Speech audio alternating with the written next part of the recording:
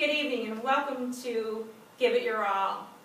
You all have cards in front of you and you may be wondering, what are these 7 cards? Well, my question to you is, what is your favorite day of the week?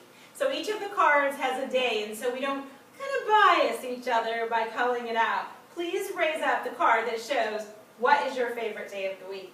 Woo, so quickly, we have a few Saturdays, a couple of Sundays, we got a Thursday, and some Fridays are chiming in, so it kind of looks like your favorites look like Sunday, Saturday, Friday. Maybe it goes in a different order. Would you say those are the top 3 we're agreeing? Okay, well, I'll tell you that the 3 days that matter most, maybe my favorite 3 days, are yesterday, today, and tomorrow. Now, for what reason do I say that?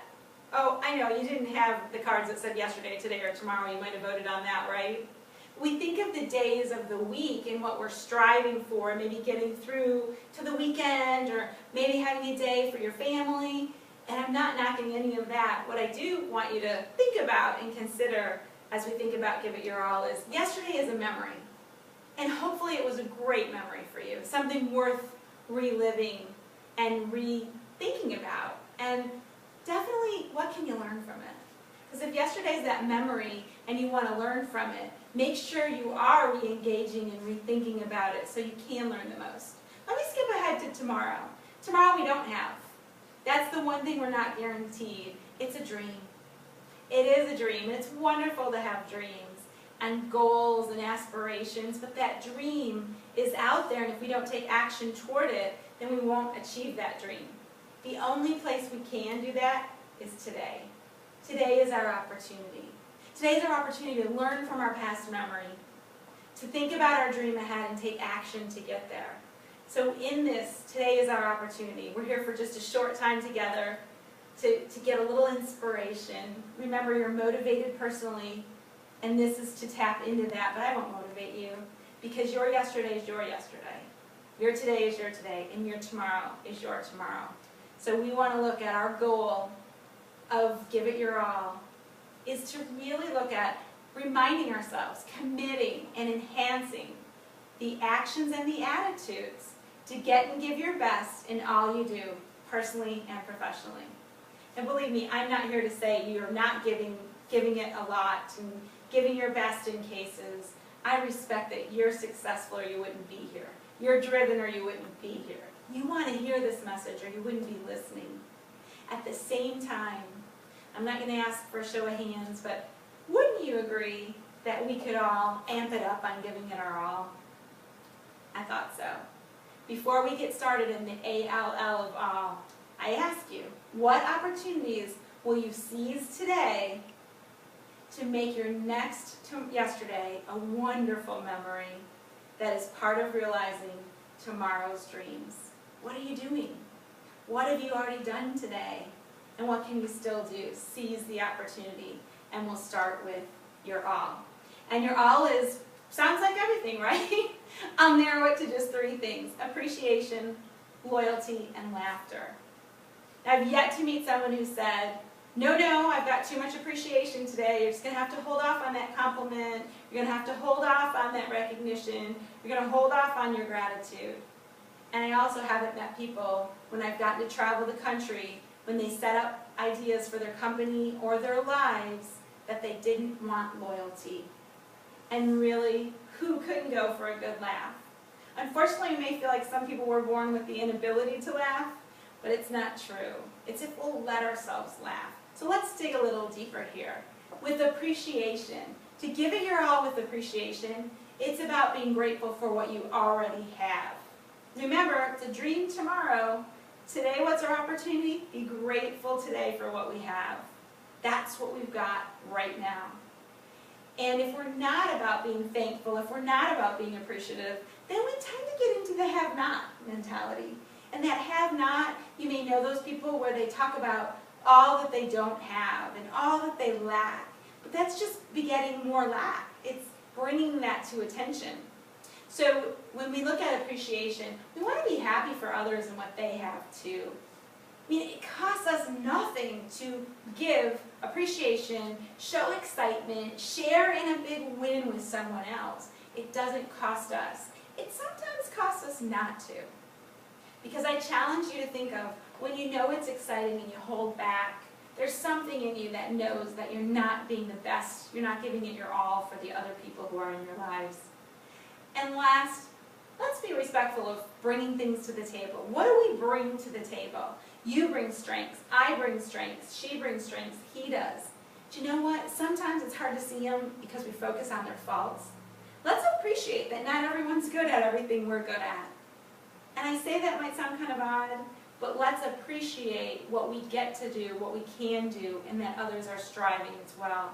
One of my Lundbergisms is progress, not perfection.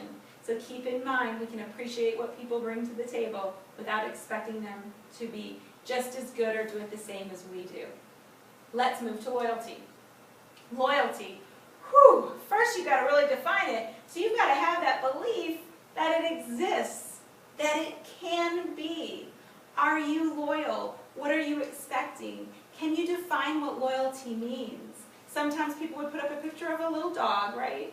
And they're very loyal to us. But dogs, as much as I love them, they don't do the work with us typically, and they're not those business partners. So from a loyalty perspective, do you believe that you can give and get that? Do you know that you have and give confidentiality? Confidentiality isn't something we can box up and order off a shelf. It isn't something we can put a price tag on per se to get, but we know it's very costly when we lose it or we don't honor that for someone else because we typically don't get that back. It's tough to earn and you can give it away quickly. I encourage you not to. And really developing trust and dependability. And that's probably in your mind somewhere in that keeping the secret, the confidentiality. At the same time, trust means you have to be trusting to be trustworthy. You've got to let people have the opportunity. Give them a chance to do something right. Keep the eyes open for things that are going well. And if they're loyal to you, they may make a mistake. It doesn't mean they're not loyal. It means they made a mistake and they can learn. I encourage you to think of loyalty as including learning in there.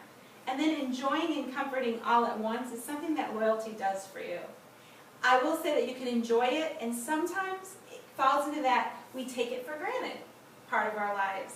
Now, I want to minimize that part of my life, and I hope it's the same for you.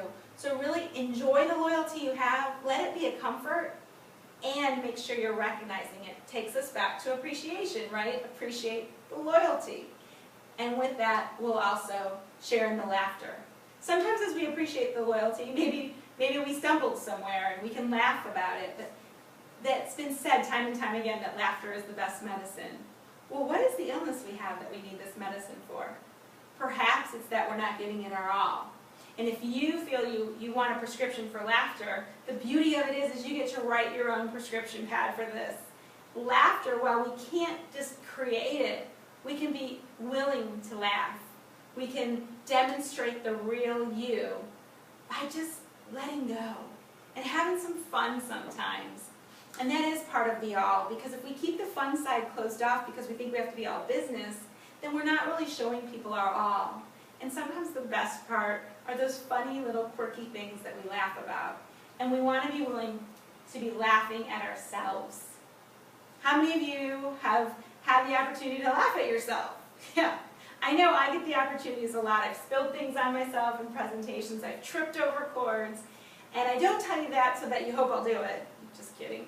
But what I do tell you that for is I could have been upset about it, or I could have felt frustrated or blamed someone. But you know what? I'm the one who tripped, and I'm the one who spilled the water. And I just laughed about the idea that I had half of my body wet while I was telling people top 10 ways to reverse the slobification of America. So there was some irony there. You can also be laughing with other people. Allow them to laugh at you, not at your cost, but please don't laugh at other people. People can chime in and it can be good-hearted, but we know when it turns the other way. So the laughter I'm talking about is that good medicine of being healthy, being happy, being willing to just let your face hurt, maybe your stomach too, because something just struck you. You've got to be willing and open to laughter, because a lot of times it doesn't knock as loudly as we might think it's going to do at our door. And remember to bring humor and humility pride and presence to all you do.